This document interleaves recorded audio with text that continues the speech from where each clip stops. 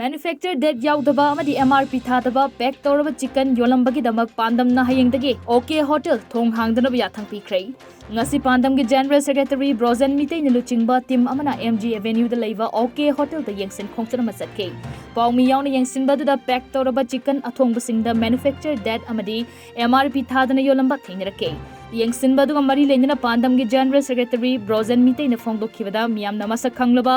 OK Hotel da fangliba chicken asi pack tawduna miyamda fanghali adubu hairiba pack tawraba chicken asi karamba matamda pack tawbano haiba taktaba amadi mamal kayada yonlibano haiba asengba taktaba simak yamna laibak thibani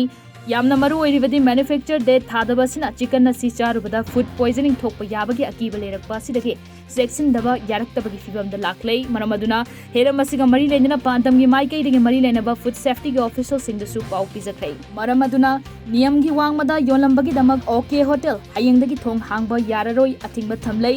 masida natana atopa mafam singdasu yonliba singasi pandamna yengsinbagi thabaksu satharagani haike Manipur gi jaga khudimakta aikoi OK Hotel dagi pothokpa aikoi gi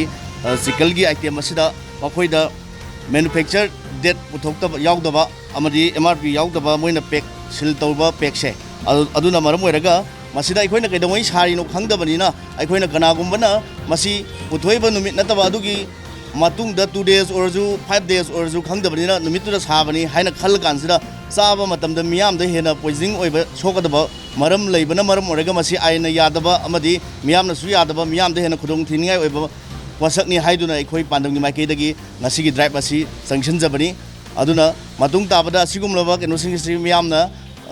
manufacture date yaudaba amadi miyam da hena food poisoning oiba yaba wasak sing asi matung tabada yonbiganu amadi Sizna biganu haiduna miyamgi mafamda thamjari